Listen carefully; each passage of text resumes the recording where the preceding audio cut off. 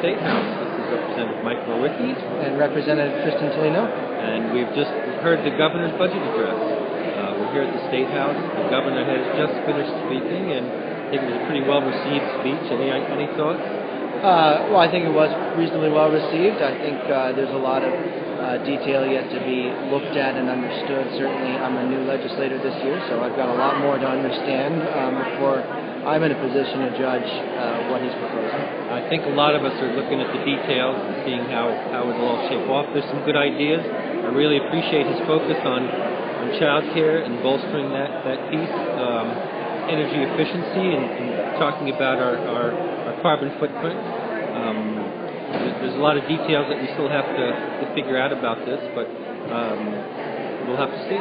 Yeah, he led off with a proposal to fund the Working Landscapes Enterprise Board Fund, which is something that is of real importance to me. I'm coming from the food and ag environment, and that's a bill or a fund that will help really grow jobs and opportunities in the food and ag sector in the state, and that was a great move. I think there's clear return on investment there. It's something we started working on last session. The governor's made it a priority. It's great to have you working on that, because you've been working on that for quite a while now, too. I have, and right now, actually, they're, I think tomorrow, going to announce there were 184 applicants for 2 of the 3 sort of pots of money in the first iteration of that, and 184 applicants, and I'm sure that that's going to get whittled down to a much smaller group. But it's great to see that the governor recognizes that not only is there interest in the program, but there's economic opportunity there that's going to help all Vermonters. And in a way, this also contributes to lessening our carbon footprint, because the more we can build our agricultural economy here, the less of a carbon footprint in the distance our food has to travel. That's right.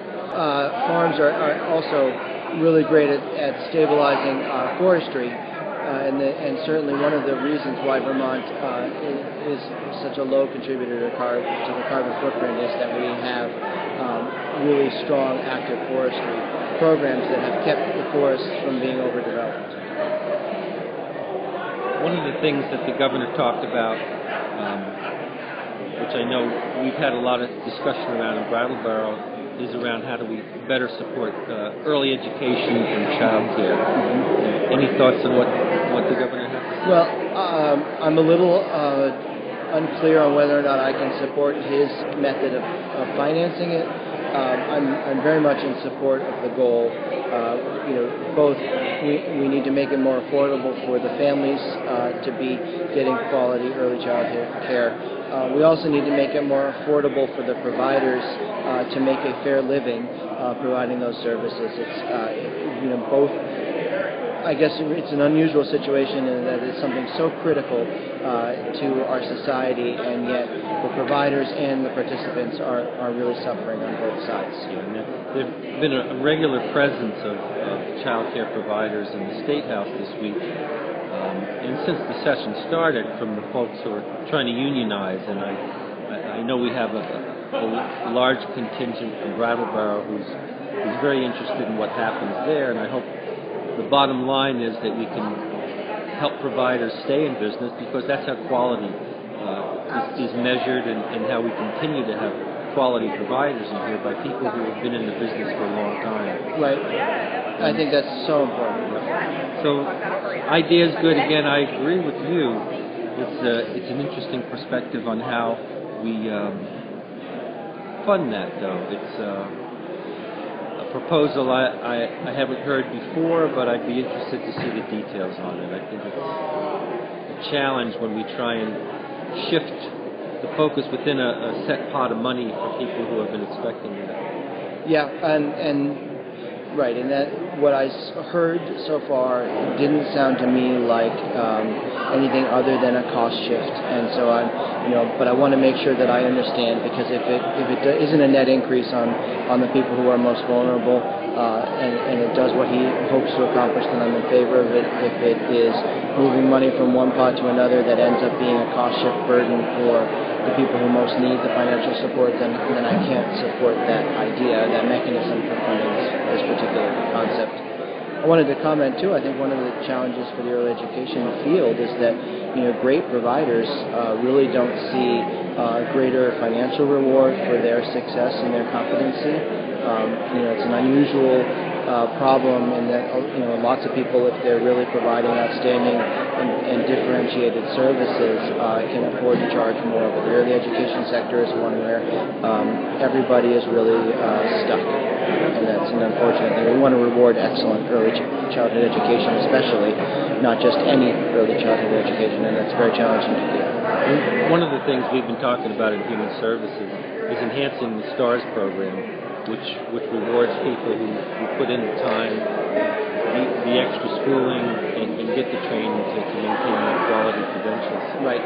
The governor also has been trying to highlight this week the shortfall in the transportation fund. And I'm not so sure how many Vermonters are aware of the situation we're in, but one of the downsides of us driving less is that we're buying less gasoline, which is one of the main causes. We have a little bit of not a little bit, $30 million of a gap, potential gap in the transportation fund.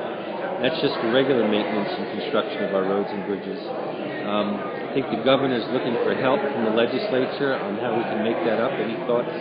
Well, I was at a meeting of the Climate Change Caucus at the lunch hour today, and a member of the Transportation Committee had a list of 13 or 14 different ideas of varying levels of cost implications, but various means of raising that money. And I think there are some good ideas out there. I think over time, clearly we need to move away from something where the more people do what we hope they'll do, the less money we have to spend on the roads. We have to fund the roads. I think part of what's happened is that we're paying the price for a period of time where our transportation sector was underfunded under a different administration, and so we're having to pay more now to recover from that. And I think if we do the right thing and find some mechanism to pay for it in the short term, set up a pragmatic and reasonable approach to maintaining for the long haul, hopefully that burden won't be what it is now over time. The other thing I think it highlighted for the long term is the shortage of public transportation we have in Vermont, and how that, I think, is a critical piece to how we can enhance people's abilities to continue to go to work, do what they have to, as well as continue to drive less. And I think that's something we really need to look at systemically. Well, I would agree, and I would also say that it's likely to be the case that there's not a statewide solution. That there may be a strong state role, but it's going to largely be probably confined to certain areas of the state where the population density makes public transportation more affordable. I mean, I certainly, the rural districts, it's going to be very hard to make public transportation be effective enough to meet people's needs and also affordable. I know last year we heard a proposal from the school districts and some other local stakeholders about how we might better utilize our school bus system to cooperate with the needs for public transportation. So that's something that's actually fascinating, and I hadn't heard anything about that. And I think that's the kind of creative thinking we need to look at, particularly in the rural districts where the school buses have to hit those roads anyway. So you're not duplicating the carbon footprint, and you're not carrying significant new costs into the system. Well, I think we both have to get back to work. Yes, I'm pretty sure I hear my committee chair's voice in the back of my head. Well, hopefully we can where are you? Talk again soon and find out what's happening in the Ag Committee. That would be lovely. All right, thanks a lot, Tristan. Thank you. Okay. That's it. An update from the State House here, Representative Mike Mrowicki from Putney, and hope everything's doing well on this cold day in Brattleboro, and thanks again to all the people at PCTV. Bye-bye now.